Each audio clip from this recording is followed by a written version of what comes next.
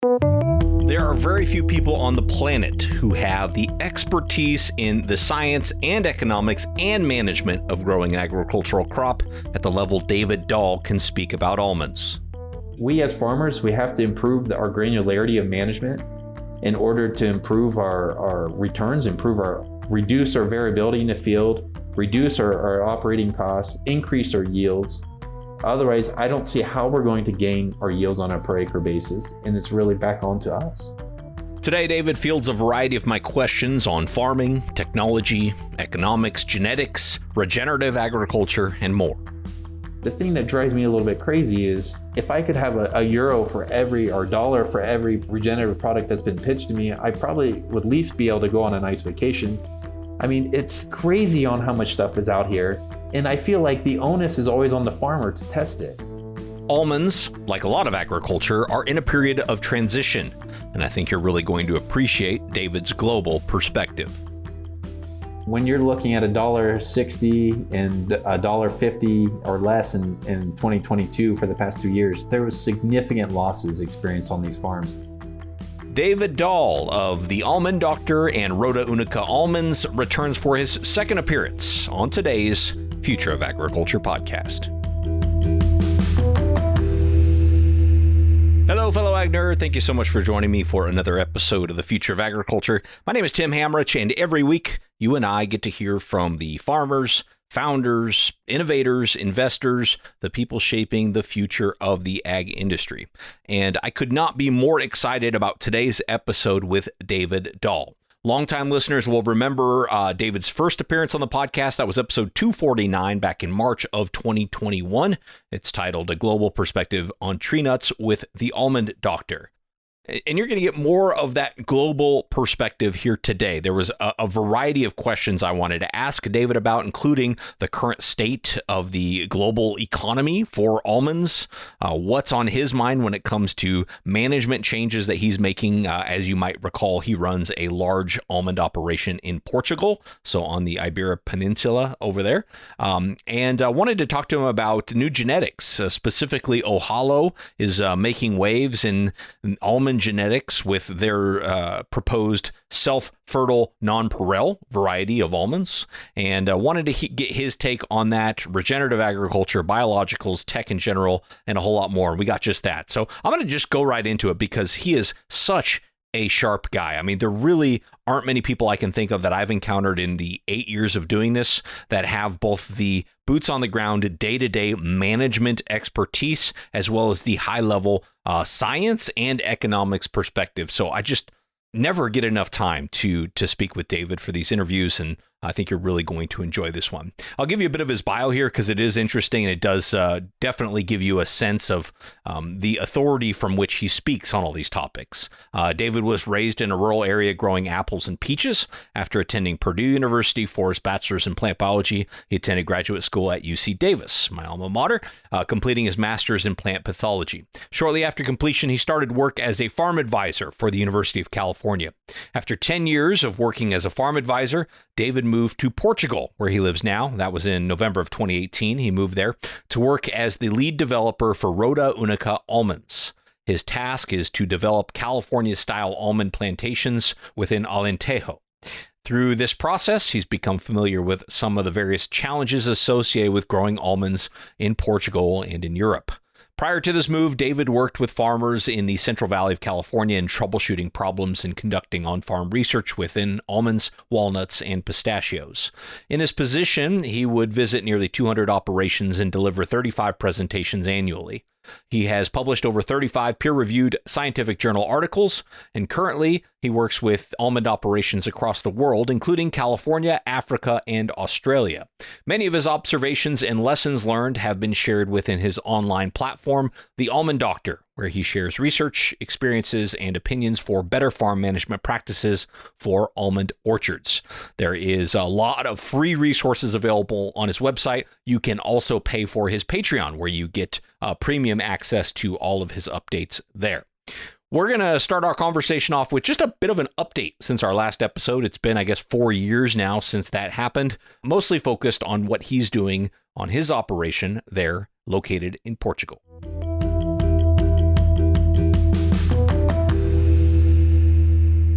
We've planted, I think, out our full portfolio from the last time we talked. I mean, we're not huge by any means, but we're farming around 3,500, 4,000 acres over here, which has all been planted to soft shell almonds, which is a little bit unique for this part of Iberia. Most of the industry over here is focused on what they call Spanish hard shell or Iberian varieties. We've had some ups and downs, as everyone has. It's been interesting to work in a new environment and dealing with these conditions that aren't quite like California. This is not California. This is not Australia, and Portugal by any means is not even Spain. So we've seen a lot of changes in how to manage our farms to deal with the increased amounts of rainfall, more in-season humidity, and challenges at harvest, which really means rain that starts about the first week of September. I'd say our driest year I've been here, we had 16 inches of rain. The wettest year I've been here, we had about 24, 25 inches of rain. So it's pretty constant pressure. Soils really don't dry out until we start seeing the soils get warm and then the trees fully leaf out. So it's a lot of fun. I mean, that impacts everything we do. It impacts our pesticide timings. It impacts our irrigation and nutrient management. And it gets really tricky in the fall. Most people say, well, you have post-harvest irrigation. For us, we get a lot of rain. And with the delays we have in harvest, it's actually one of the more complicated timings for us to get back into the field, get things fixed, and get the water back on. But thankfully, when you get 2 to 3 to 4 inches of rain starting in mid-September through mid-October, it's not as critical as what it is in drier climates. And you mentioned the soil there. What is the soil like in your area? Boy, that's a great question. I would say, what isn't it? I mean, there's always variability in everyone's soil profile. So that's not anything new if you talk to any farmer, even in California or Australia or across the board. We have a lot of elevation changes. I have one farm that has about 200 feet of elevation from the top of where we planted to the bottom of the field. That creates a lot of changes in your type of soil. As you can imagine, you have eroded hillsides all the way down to more kind of sediment-filled valleys. We have a lot of rocks in some areas. I have some fields that are nothing but cobble. It would remind people a lot in almond country of the Oakdale area. We don't have anything that is like a nice 4 or 5 feet of profile. I haven't found a single field that doesn't have a restrictive layer that needs some type of modification in any field I've looked at across Portugal. So it's variable, it's hard, it's a lot of fun, it's a lot of challenges. It always keeps you guessing on a year-to-year basis. But overall, almond trees are pretty resilient, to those extreme soil conditions. Yeah, one thing I learned when I was working in Australia is it's all about water management. It's water nutrient management. And of course, you have the top part of your tree, but irrigation's 80% of the game. Your nitrogen nutrient management's probably at 10%. And then everything else is that remaining 10%. So I've seen farms in Australia that were grown pretty much on 60 or 24, so I was going to say 60 centimeters, 24, 30 inches of beach sand. And through good irrigation management, they're able to produce, relatively vigorous orchards. We see the same thing over here. It really comes down to irrigation management, making sure the water, you're getting good infiltration in your soils that have slower infiltration rates, making sure you're modifying the soils through soil amendment applications, proper fertilizer choices. But I mean, our trees, if I had several guests from California come through, they'd say, wow, this looks like a California orchard. And I said, well, it's an orchard. And, I think where we struggle more is getting things done on time. That timeliness aspect is really critical here, because you could have rain that pops into the calendar and it can rain for a week as you kind of get these storms come off the Atlantic and continue to spiral around, and you get hit by those fins. We don't have a giant coastal range that kind of protects us from some of that rain like you see in California. We essentially are the coastal range. So I always say where we are in Portugal is more like San Luis Obispo in regards to how it gets that oceanic effect, even though we are at the latitude of, I think, roughly Stockton, Sacramento. Okay, interesting. Yeah. Yeah, and I ask about the soil conditions because on one hand, you hear, of you having trees that are productive for decades on cobble. On the other hand, a lot of the conversation right now is about soil health. And there seems to be almost this premise that if we just can improve the soil organic matter, all of our problems will be solved, right? But then you hear of orchards being able to be produced on highly, highly variable soil. And now, while nobody's going to argue against healthier soils, it does seem like it's a different perspective of like, well, we're actually able to do pretty well if we can manage our water and nutrients effectively. How do you think about that? Yeah, boy, I have a lot to say about that, but let's see if I can summarize it intelligently. I think first and foremost, it's important to maintain a healthy root system. If you want a healthy soil, you have to have a zone within the soil that has a good mixture of oxygen and water, as well as nutrients in soil. But if you have a soil that can't drain properly and remains waterlogged, either through rainfall or through irrigation, you're going to have problems. So I tend to focus on, when you've started off with an orchard, you have to look at the structural effects of that orchard. Do you have limiting layers at a certain depth that will prevent water from moving down? Do you have something that's preventing water from moving out of the field? Subsurface movement of water is just as important as surface movement of water. And if you're having water underneath the ground that gets to a point of your farm and it can't find its way out, it's going to collect and you're going to have a wet spot, which then leads to compaction, leads to saturated soils, leads to poor root health, and nothing really grows. It doesn't matter if it's almonds, corn, or whatever, it won't grow.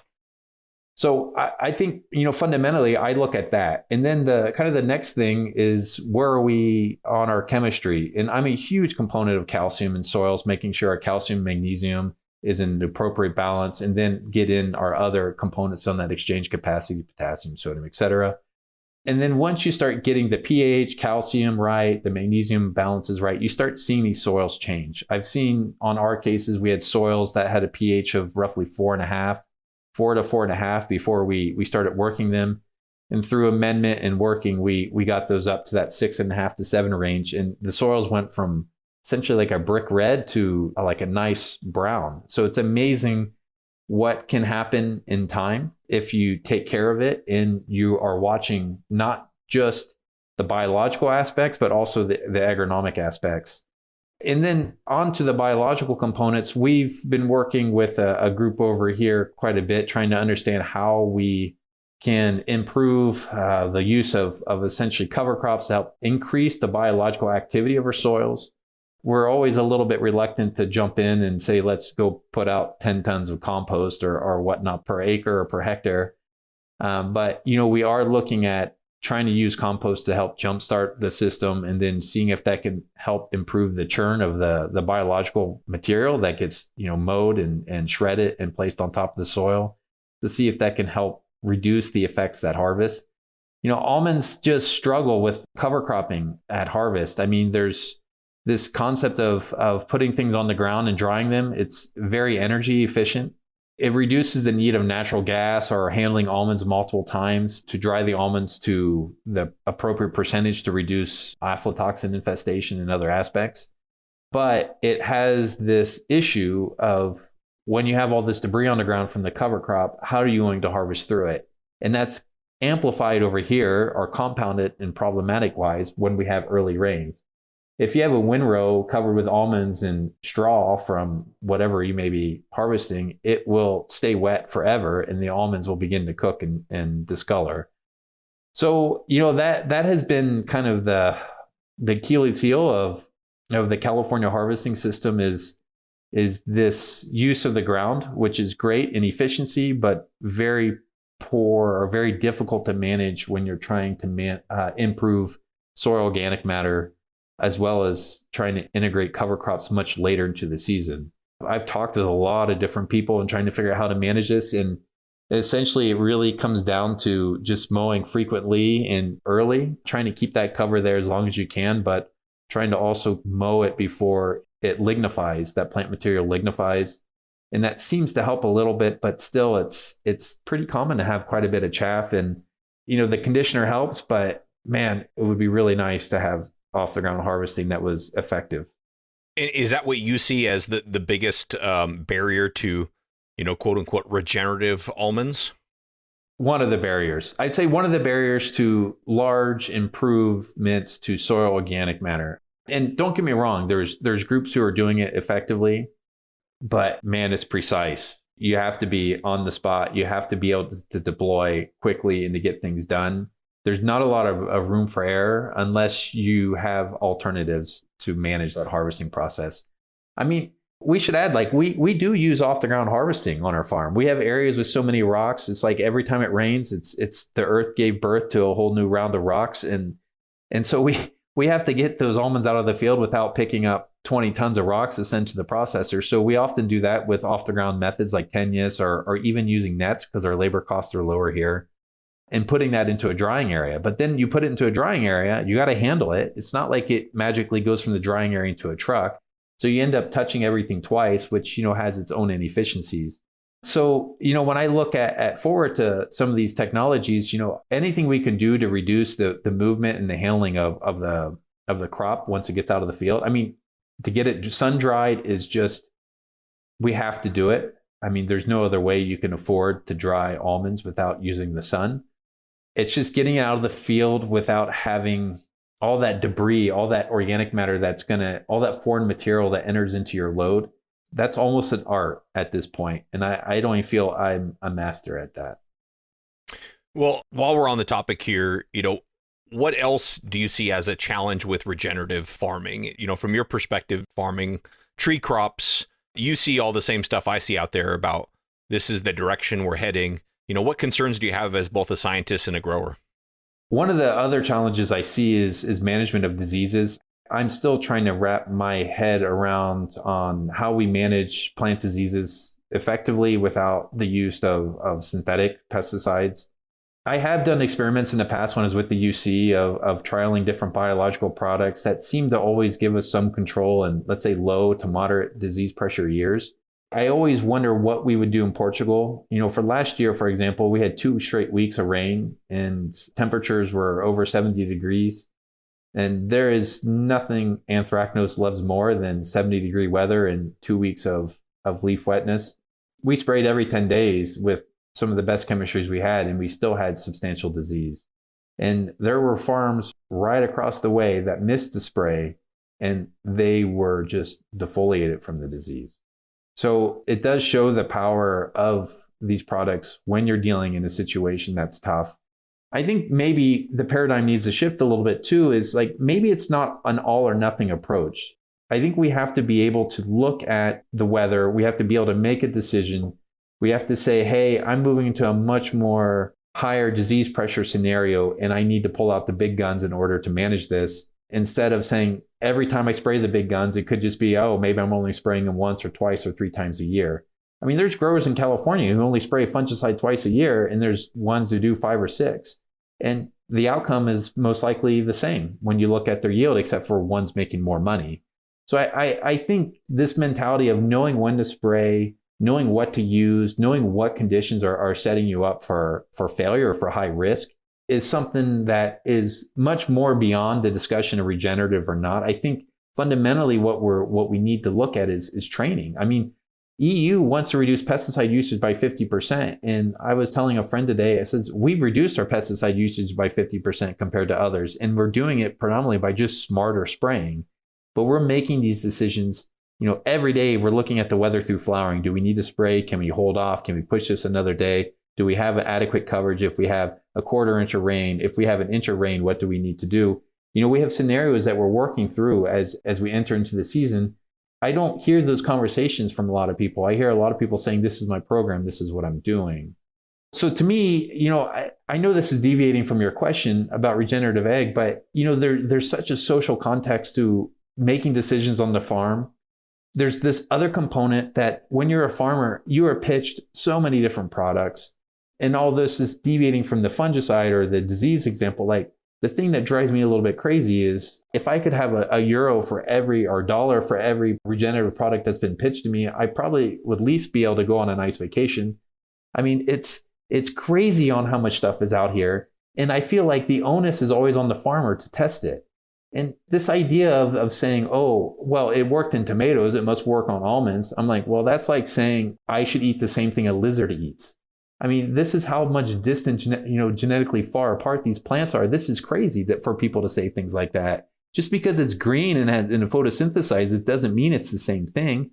And I feel the other aspect that's missed is when I buy an insurance policy, I want the insurance to cover the risk I have. I don't want to buy an insurance policy that doesn't account for the risk I have in the field. And that's what pesticides are. Like, I use fungicides as an insurance policy. They're reducing my risk of disease in the field that's allowing me to maximize my crop. And I will gladly exchange or interchange these chemistries for something that's much more safer for the environment. And in fact, we actively do. This year we're integrating some different biologicals to reduce the amount of synthetic chemistry we're putting into the field. So it's not that we're eliminating synthetic, we're actually replacing a synthetic mode of action with the biological action. In this case, we would be putting out a dual mode of action fungicide. So we're putting a single mode of action with the biological stacked on top of it. And we're doing that to reduce the amount of chemistry we're putting out. But it's also a proven product that's been shown to work. And is that something you tested on your orchard before? It's actually tested by the UC. So this is something, these trends of increased desire of biological type products or safer chemistries or more natural based fungicides. It's not new. It's been around for several years. But what is a little bit new and a little bit unique is the IR4 program, which is really the data that's represented in the efficacy tables produced by the University of California. They now have a section testing just biological or bio-based or reduced risk fungicides. And that's such a great resource when you're looking at these, because one thing you'll see is not all strains of the bacteria are the same. So you can have strain 1, 2, 3, 4, 5, and it can have a completely different response than strain 1, 2, 6, 4, 3. And even though it's the same genus, same species, but same strain, just a different selection. And that makes it so hard when you're saying, well, how do I design my program for the year? I'm going to use this product, and you have no idea if it works. Now, on-farm testing, oh man, you're going to get me on a rant. Like, it is hard too. So, we tested 3 products last year to a level that gave us confidence that if they didn't work, we knew they didn't work. And if they worked, we knew what value they'd provide. By the time it was all said and done, it was probably about a 30 to 40% of one of my agronomists on my farm. And then we have to pay for the spraying to get that out, because these require different timings in comparison to our typical spray program. You have the holdups and the delays at harvest because you have to dedicate machines at harvest to harvest it separately. And, and then the person who made us buy the pesticide had the gall saying, well, would you share the data with us? I said, absolutely not. You didn't pay anything. We would love to share the data, but I think this should be a collaborative approach. And I don't think people realize how hard it is to run replicated experiments that provide true value, true data across the variability you see in a field. It's extensive. I mean, it was something I used to do quite a bit with the UC, but it's a time-intensive program, and trying to do that as a part of managing a large farm operation, it's just another stacked responsibility that someone has to do and follow up on. Because if you don't follow up on the trial, if you just put it out and say, oh, that looks good, that doesn't tell you anything. I mean, this one product we used last year, and I would name it if it worked, but it kind of worked. So we'll leave it unnamed until we get through this year's testing. But what we saw was not an increase in nut count, but an increase in nut size and kernel size and weight. So how can you look at that tree and tell me you can see a difference? We didn't see a difference in our objective view. We actually only found the difference when we got done with the crackout data. And that took us all the way till December. So we sprayed it in February and March. And I think we put a treatment out in April. And then we came back in September with the harvesting, and then we cracked it out in October and did the data analysis in November. I mean, talk about 8 months of trial data to find a result. I think people undervalue what is done by researchers in conducting these trials, and they think, oh, well, they should be able to test more. Well, my advice to them is, why don't you set up a test on your farm and follow it all the way through, and then share what you find with everyone. And you're going to realize it's not as easy as you think.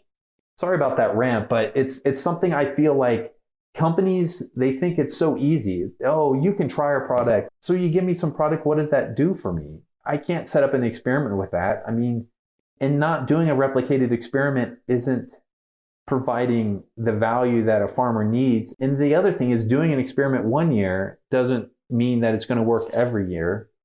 you may have a weather condition or a growth condition or more energy in the plant, a different tree response. You maybe have a slightly different timing.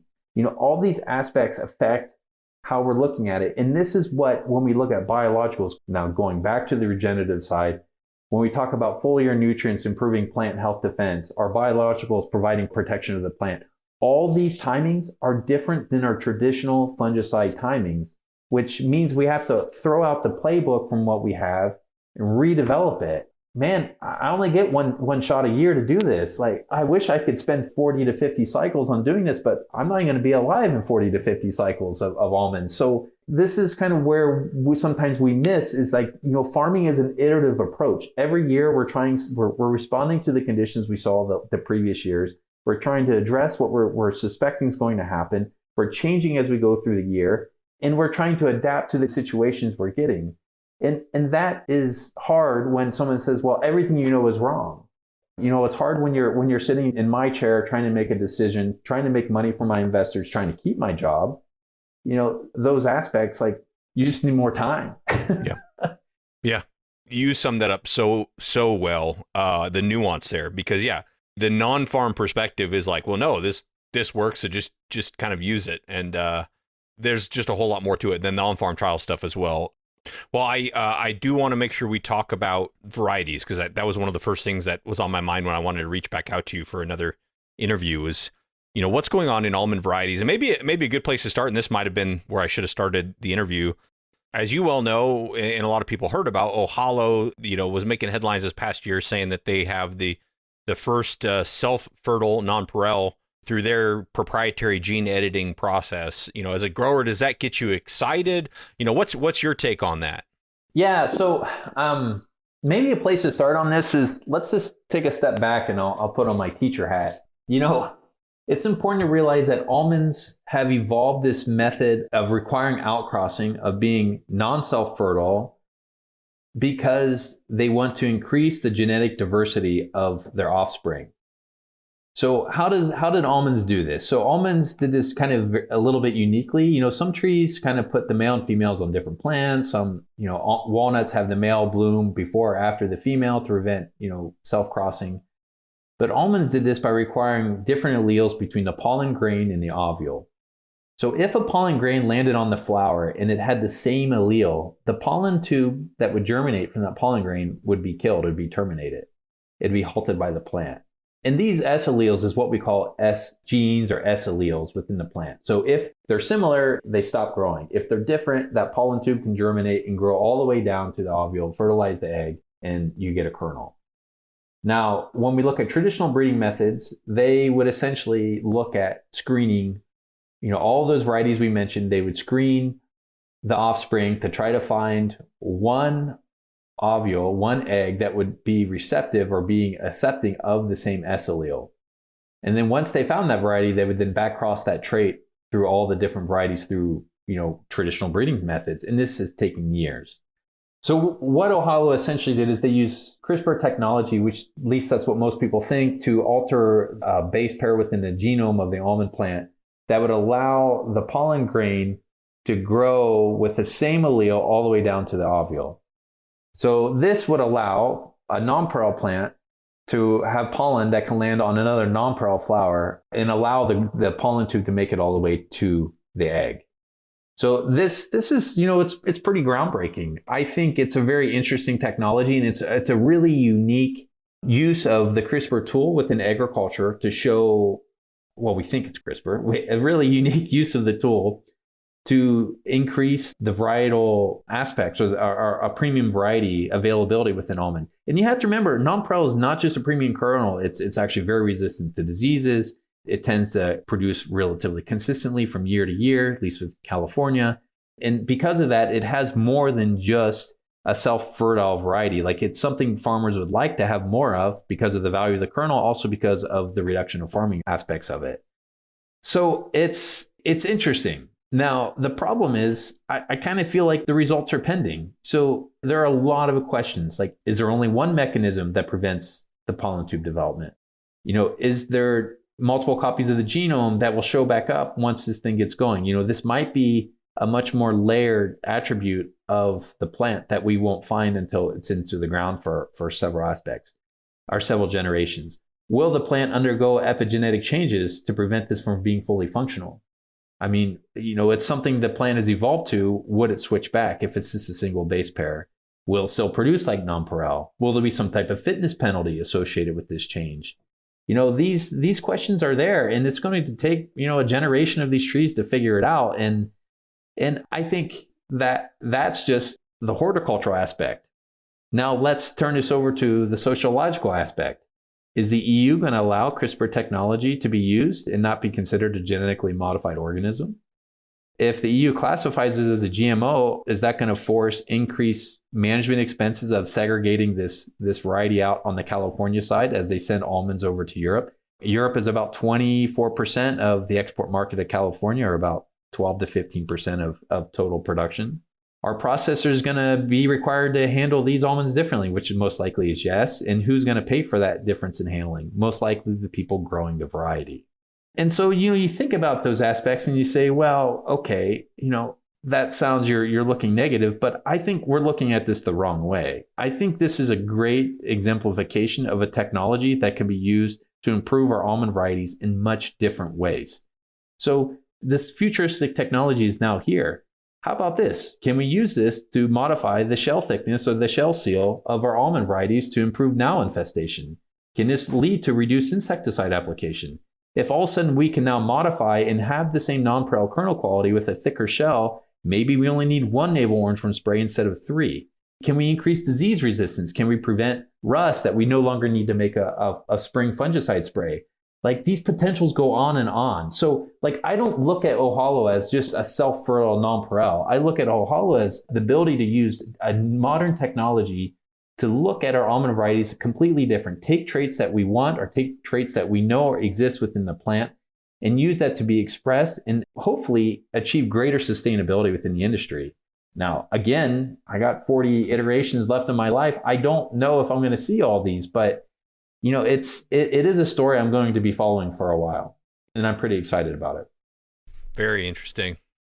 Well, David, I seem to remember going late on my interview last time with you. I know it's late in the day there too, so I don't want to keep you too much longer, but I would love to hear just a little bit about your view on the economic outlook for almonds. It's been a rough few years in almond prices. I assume they hit you in Portugal just as much as they hit growers here in California, but based on that and what you see today, what do you see coming next as far as drivers of almond economics? Well, so it's important to realize that everyone likes to think they're the major producer in almonds, but the reality is it's California. California produces about 80% of the known marketable crop. I mean, I say that because there's a lot of localized production that never makes it in. It's never counted. And, based on that, it's really what happens in California in regards to an annual production that drives the market. When you look at the past 3 years, you understand why the prices have been low. You've had considerable carryover from 2021 to 22, from 22 to 23, and 23 into 24. But it does look like we're seeing a little bit of light at the end of the tunnel. I mean, we've seen prices increase from about $1.60, $1.70 last year, 23, 24 crop cycle. And we're seeing somewhere around a 30 to 40% increase as we kind of look from the 24 to the 25 crop cycle. But it's important to realize that there's been a lot of damage done to the industry along the way. Through this period, we've seen substantial increase in production costs. You're seeing somewhere around $3,300 to $4,000 an acre when you include overhead like administration, regulations, and those other aspects. And add on about another $500 to $750 per acre on depreciation when you start looking at your irrigation system and everything installation aspects of it. So, $2 almonds still require about 2,200, 2,300 pounds per acre to break even. And when you're looking at $1.60 and $1.50 or less in 2022 for the past 2 years, there was significant losses experienced on these farms unless they're able to push their yields higher. Now, let's talk about yields, because I think this is something that is a little bit concerning for me. 2024 looks to be one of the lowest yielding years we've had in about 20 years. It looks like statewide average about 1,900 pounds per acre because it's roughly a 2.7 billion pound crop. What we've been seeing in 23 and 24 is declining yields per acre, increasing economics, increasing costs, farming costs, and that has led to a retraction of the footprint. So peak almond happened in 2021, where we were roughly 1.65 million acres, in which about 1.3 were bearing and about 350,000 non-bearing. And since 2021, we've seen over 50% decline in non-bearing area. So there's essentially about 100,000 acres of non-bearing trees that were recorded by Land IQ in 2024. And we've seen a 10 to 12% decrease in the almond footprint. So we've essentially saw 160 to 180,000 acres of almonds being removed. And to put that in context, that's about the size of every irrigated planting that's been made in Iberia in the last 3 to 4 years. It's a huge chunk of the industry that's been pulled out, and these removals are continuing. So we talked about supply, we talked about those aspects. And when we fast forward to the 2024-2025 year, we're seeing that carryover come down. It was roughly 800 million coming into the 2023 cropping season.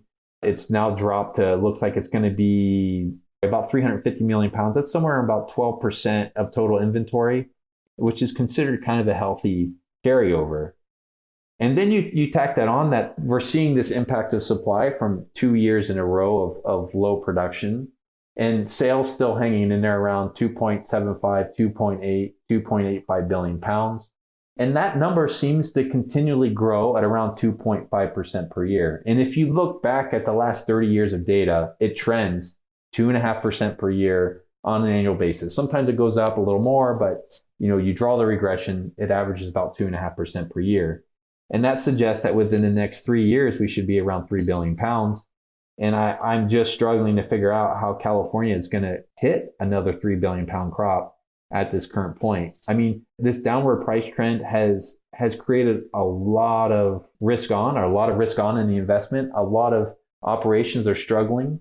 A lot of them have extended their credit as far as they can. Some have gone bankrupt. Some very large operations have gone bankrupt. And that's creating a lot of reluctance to plant almonds by bankers and hedge funds and insurance agencies to get into the industry. This period of kind of choking up is allowing probably the market to kind of catch up with the supply. The problem is we're seeing things going backwards, not just from economics, from Sigma, from increasing amounts of water going down the river. I mean, I'm pretty bearish on the price situation. I think the pains that are being felt by different parts of California are not just going to go away with higher prices. And these regulatory changes that are happening are really going to impact the market much more profoundly than I think what people thought 3 years ago. I think now they're starting to see what's going on, and it's happening. And my last thought on that is I feel we haven't seen the productivity gains we have needed to accomplish to push the almond industry up to higher productivity levels. Well, in the past, when we've seen these big increases in inflation, we've also seen massive jumps in average production associated with that. And the past 5 years, actually past 15 years, we have not seen major increases in productivity as a statewide average. So maybe this refinement of the industry, I hate to say that because when you're the one who's getting thrown out the back, it's not a pleasant process. It's a terrible process. But maybe this will help increase the average production. Maybe these production gains will be coming because the weaker are falling behind. But, it's a challenge. And I think, we as farmers, we have to improve our granularity of management in order to improve our returns, reduce our variability in the field, reduce our operating costs, increase our yields. Otherwise, I don't see how we're going to gain our yields on a per acre basis. And it's really back on to us. Let's talk about the economics. I see a lot of operations that are performing very poorly. And then you see some that are producing 3,300, 3,500, 3,700 pounds. And what's interesting is when you ask them what their operating costs are, they're often lower than the people who are producing less. So how do you have someone who's producing more with less compared to someone who's producing less with more? And I think there's a lot of over-reliance on technology. I think people think that their probes or their weather station or this or their that is telling them what they need to do. They're not out there actually making those decisions, seeing what they need to do, getting down into the weeds. I mean, I love every aspect of on-farm technology we have, but I will tell you, there is nothing that replaces my shadow in the fields. There is nothing that replaces my shadows of my managers in the fields. And I don't know if that will go away in the near future, but I do think it's something we're getting I think it's been too comfortable with. And no one wants to ask that question because that means you have to point the finger at yourself. But let me tell you what, when you go under review by investors and they sit there and tell you your yields are terrible, who do you think they're pointing the finger at? It's you. So you might as well do it first. I mean, that's the way I've been looking at it. Do it first and figure it out, and at least show that you're trying to figure it out instead of just running around in circles, or doing the same thing over and over and over again. Well, that is where we are going to leave it for today's episode. Thank you so much to David Dahl. I think that interview went about 90 minutes, as I recall, and had to try to edit it down to our normal format the best I could. But every time I talk to him, I just have question after question that he's able to just provide such insightful answers to. Really enjoy interviewing David, and hopefully we can do this again in less than the 4 years it took between these first two episodes. But if you haven't listened, or if it's been a while, I do recommend you go back and listen to his first appearance on the show. That's episode 249. I'll leave a link for it in the show notes. I'll also link David's website, The Almond Doctor, and his Patreon, which is just patreon.com/The Almond Doctor. So anyway, you can find all that in the show notes. Definitely follow up with him. He is active on LinkedIn, I do believe. So if you want to connect with him there, that might be another place you can do so. Such a wealth of information. Thank you again to David for being on the show. And last but never least, thank you for your time and your attention. I really don't take it lightly. I know there's a lot of opportunities for you to spend your attention elsewhere, and the fact that you spend it with me here nerding out about agriculture really means a lot. I'll be back next week with another story of ag innovation.